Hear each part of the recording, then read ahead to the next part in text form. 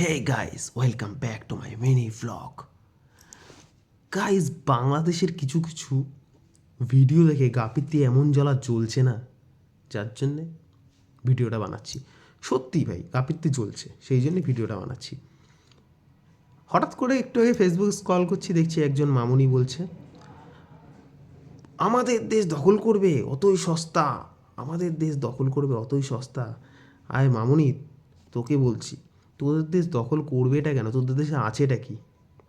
আরে ভাই, দখল করতে হলে চীনকে দখল করব, দখল করতে হলে মানে তোদের দাদাকে দখল করব, সরি তোদের দাদা না, বাবাকে দখল করব। তোদের দখল করে লাভটা কি ভাই? তোরা একটা চুনোপুটি দেশ।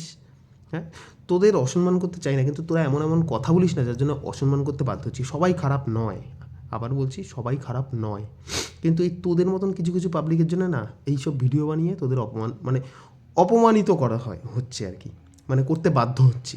সবাই করছে, করতে বাধ্য হচ্ছি, কারণ তোরা এরকম জ্বলন জ্বলন কথা বলছিস। আরে ভাই, নিজের দেশটাকে দেখ না, তোদের দেশে আছেটা কি?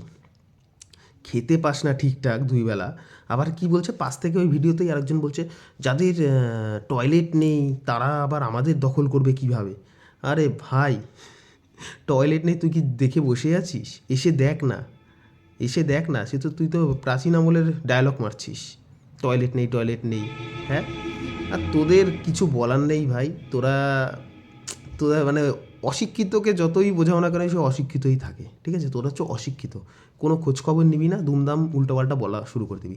আরে ভাই, তোদের দখল করবো কেন ভাই? আমরা তো সেরকমটা ভাবি না। তোদের তোদের দখলটা করবো কেন?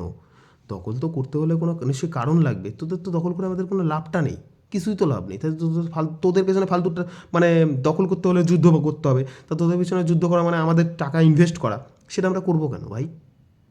তোরা এখন চুরুক চুরুক লাফাচ্ছিস, আয় আয় আয় আয় যুদ্ধ কর যুদ্ধ কর। দিমাগ খেয়ে নেবে শালা।